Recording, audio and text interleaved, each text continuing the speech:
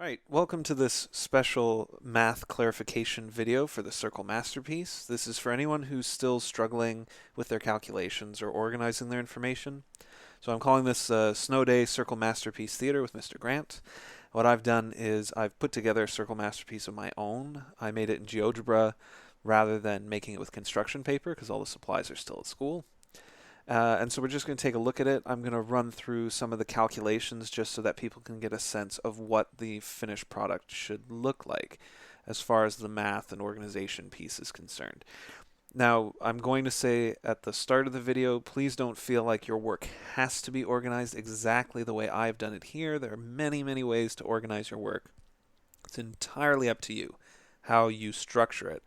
The key is it has to be clear for the communication rubric, and it has to be correct for the knowledge and understanding rubric. So let's start by taking a look at the Circle Masterpiece that I whipped up this morning.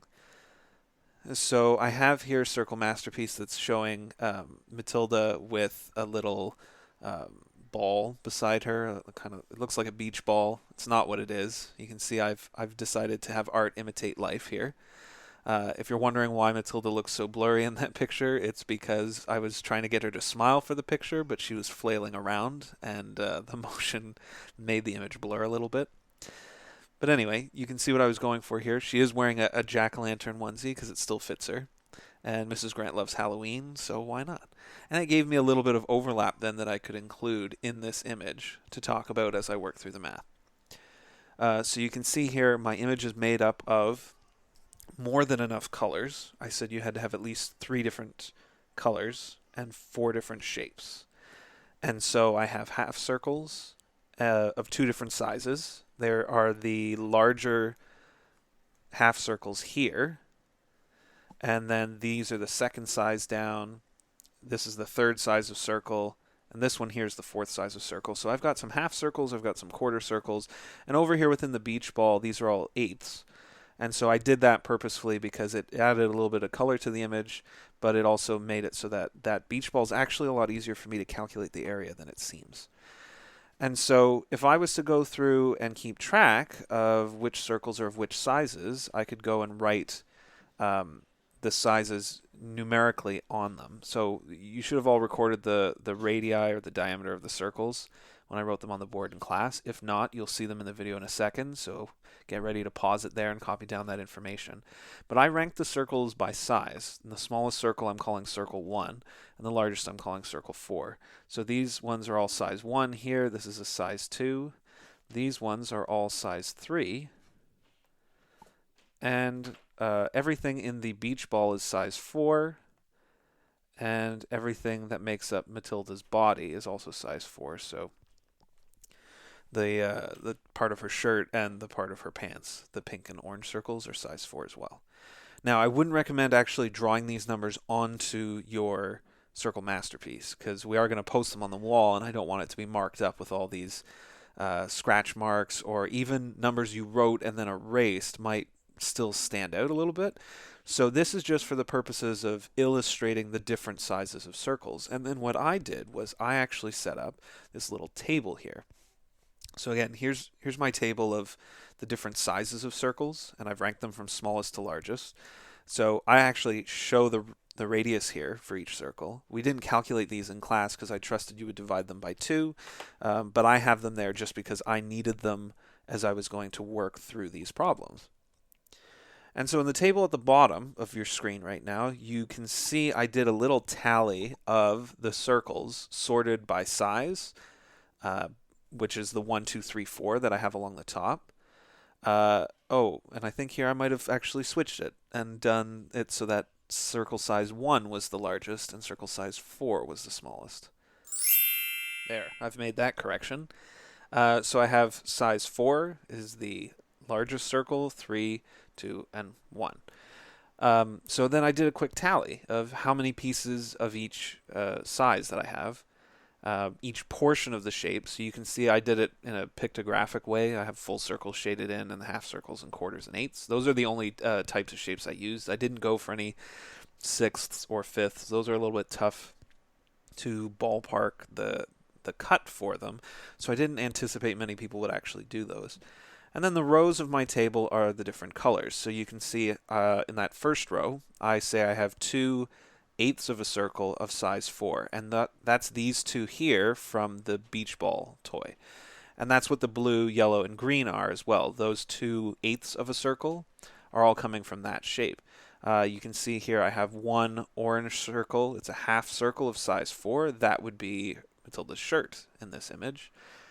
The pink is again a half circle of size 4. Over here, the circles of size 3, you can see I have a bunch that are beige and then one that's brown. So the brown one is her hair, and then the beige, the half circle is the lower part of her face, and the 4 quarter circles are her hands and her feet. And then with black, those are the ones where I use the smaller circles of size 2 and 1. And so I have a half circle. That's the mouth of the jack-o'-lantern on her shirt. And then the 2 quarter circles represent the eyes. And so what I did here was I just kept track of all the circles that I have in the image. Now, you'll notice I'm not keeping track of overlap here. I'm going to have to account for that a little bit later. But now I'm going to show you some sample calculations just so you can see what the work is supposed to look like. So let's move over here to where I've set things up to do a sample calculation for the red in my image and the black. And so the way that you're going to calculate the area is you're going to find the area of each individual piece and multiply it by the quantity. So I said that I have 2/8 of a circle for red. So let's just focus on red for a second. I have 2/8 of a circle. That's my quantity. And so the area then is going to be pi times the radius, which is for the biggest circle 3.81. I'm going to square that radius. I'm going to divide it by 8. So that's 1/8 of a circle. So on the right there, this is the area of the 1/8 of the circle. But I have 2 of them, so I'm multiplying it by 2. And so then I would have to calculate this value. And so hopefully everyone has their calculators with them at home, or at least is confident enough to use a computer if need be to do these calculations. And so I get as the area here 11.4, and I can't forget my units, centimeters squared. And so that would be the total area of red. And that's how I want the information structured at the end of the whole assessment, is you have to provide the total area for each color. And so I then also say that I want the percentage area of each color. So for the percent area, you just have to take the area of the individual color, so total area of a color, and divide it by the total area of your page. Now, it's important to note that you guys are doing this on construction paper, so the paper's not 8.5 by 11 inches. I think it's closer to 9 by 12, although don't quote me on that. You're going to want to get out a ruler and actually do the measurements yourself. Make sure you do the measurements in metric. I have already seen some people who've done the measurements in imperial, but then written them down as if they were in centimeters. So again, 9 inches is very different than 9 centimeters. So make sure you're measuring accurately. Now I'm not going to do the calculation for that because I don't actually have a concretely sized page. I'm doing this in OneNote, so the page spans infinitely. There's really no way for me to say what the total area of the page is, but you guys can take those measurements, and it's just the area of a rectangle, so that should be easy enough to calculate. Now over here, for the black, this one I included because I have multiple shapes of multiple sizes, and you can still kind of process this all in one calculation, or you can do it separately in steps and then add them all together. And so the way I've looked at this is I have one half circle of the smaller size. It's a half circle, so the area will be pi times the radius squared, and then divided by 2, so that's the area of my half circle. And then I'm going to add in the areas of the quarter circles, so this is the 2 eyes of the jack-o'-lantern on Matilda's shirt. And so I have 2 of the quarter circles, so it's going to be 2 times the area of the quarter circle, which is pi times 0.79 squared divided by 4. And so again, you can do these calculations in 2 pieces, or you can do it all at once. It's entirely up to you. I get the area of the half circle to be 2.53 centimeters squared approximately. And the area of those quarter circles is 0.98 approximately. So if I add those both up, I'm looking at roughly 3.51 centimeters squared. Again, very important to remember your units.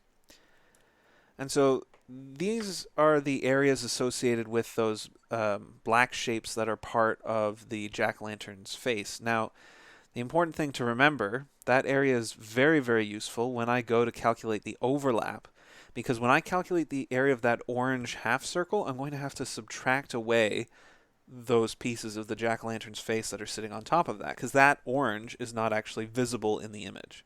So I wouldn't want to count that. So that's my overlap. I'm going to take the area that I just found, which was 3.51 centimeters squared, and I'm going to subtract it from the area of the orange half circle once I go ahead and calculate that. And so this is how your work can be structured, and this is essentially the level of clarity that I'm looking for. So you're finding the total area for each color.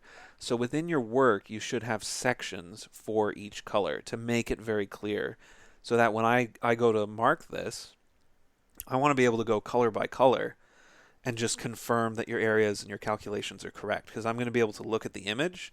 I'm going to be able to calculate the areas very quickly because everyone's using the same circles, and I'm going to be able to check those results, but only if they're properly organized by color. If they're not organized by color, you kind of miss the point of the whole assessment, which was to calculate these areas and sort them and categorize them and then find percentages.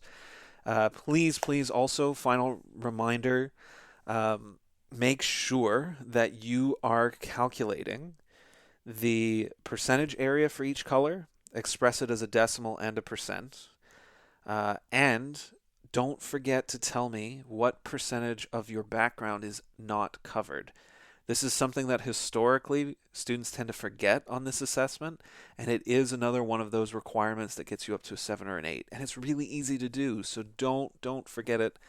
It would be very bad if you forgot that. Please make sure you remember to calculate that percentage. All right, that's it for this video. I'll see you guys all back in school tomorrow, hopefully.